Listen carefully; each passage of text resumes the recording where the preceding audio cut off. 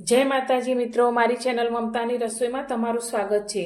आज आपणे बनावीशुं ममरानी रेसिपी। तो टीपू ए तेल के घीनो उपयोग कर्या वगर आपणे बनावीशुं, जे 1 महीना सुधी खाई शकाय छे।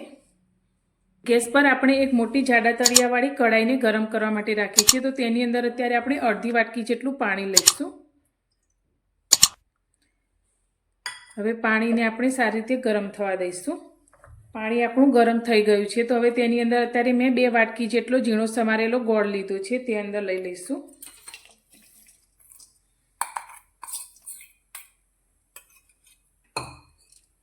અને આ ગોળને આપણે પાણીમાં સારી રીતે ઓગળવા દેવાનો છે। તો આજે આપણે મમરાના લાડુ બનાવીએ છીએ। તો ઉત્તરાયણમાં બધાના ઘરે મમરાના લાડુ તો બનતા જ હોય છે, પરંતુ તેમાં આપણે ઘી અથવા તો તેલનો ઉપયોગ કરતા હોઈએ છીએ અને ગોળનો પાયો કરી અને પછી જ લાડુ બનાવીએ છીએ। પરંતુ આજે આપણે ગોળમાં પાણી રેડી અને લાડુ બનાવીશું। તો એકદમ સરસ એવા ક્રિસ્પી બજારમાં મળે તેવા જ લાડુ તૈયાર થશે। હાઈ ગેસની ફ્લેમ પર હવે આપણે ગોળને સારી રીતે ઓગળવા દેવાનો છે। ગોળ આપણો પાણીની અંદર સારી રીતે ઉકળી ગયો છે અને આ રીતે ઉપર બબલ્સ થવા લાગ્યા છે। તો આપણે હાઈ ગેસની ફ્લેમ પર હવે આને 4 થી 5 મિનિટ માટે આ રીતે જ ઉકળવા દઈશું। તો બધા જ બબલ્સ બેસી જાય ત્યાં સુધી તેને આપણે ઉકળવા દેવાનું છે।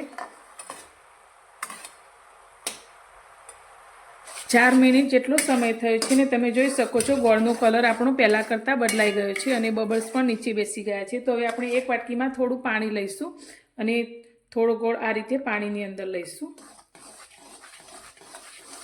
ગેસની ફ્લેમ અત્યારે આપણે એકદમ સ્લો કરી દઈશું અને હવે આપણે આ ગોળને આ રીતે તોડીશું। તો એકદમ સારી રીતે ગોળ આપણો તૂટી જાય છે।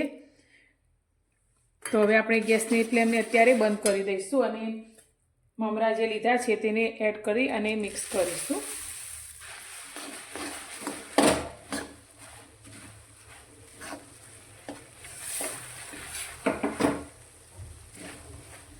તો અત્યારે આપણે થોડીવાર માટે ગેસની ફ્લેમ બિલકુલ બંધ કરી દેવાની છે। ગોળની અંદર આપણે બધા જ મમરા મિક્સ કરી લીધા છે। તો આપણે અત્યારે મમરાના લાડુ બનાવીએ છીએ, પરંતુ અત્યારે આપણે આ ગરમ મિશ્રણથી મમરાના લાડુ બનાવીશું તો આપણે હાથથી દજાશે। તો તેના માટેની એક આપણે ટ્રીક વાપરીશું। તો અત્યારે મેં આ રીતની ઘરમાં રહેલી એક નાની વાટકી લીધી છે। તો આપણે થોડું મિશ્રણ આ રીતે વાટકીની અંદર લઈ લઈશું અને આ જ રીતે આપણે એ જ સાઈડની બીજી એક વાટકી લઈ લઈશું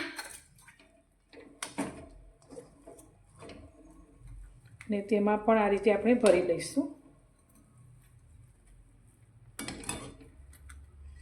અને બંને વાટકીને આપણે આ રીતે ભેગી કરી લઈશું અને થોડું પ્રેસ કરી લઈશું।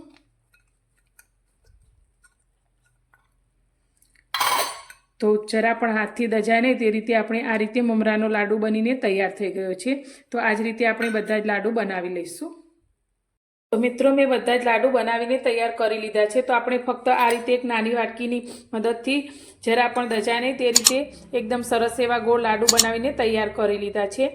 તો તમને મારી આ રેસીપી કેવી લાગી? જો પસંદ આવી હોય તો વિડીયોને લાઇક કરજો, શેર કરજો અને મારી ચેનલ પર નવા છો તો ચેનલને સબસ્ક્રાઈબ કરજો અને તમે પણ આ ઉત્તરાયણ પર આ રીતે મમરાના લાડુ જરૂરથી બનાવજો। તો આપ સર્વેને મારા તરફથી હેપી ઉત્તરાયણ।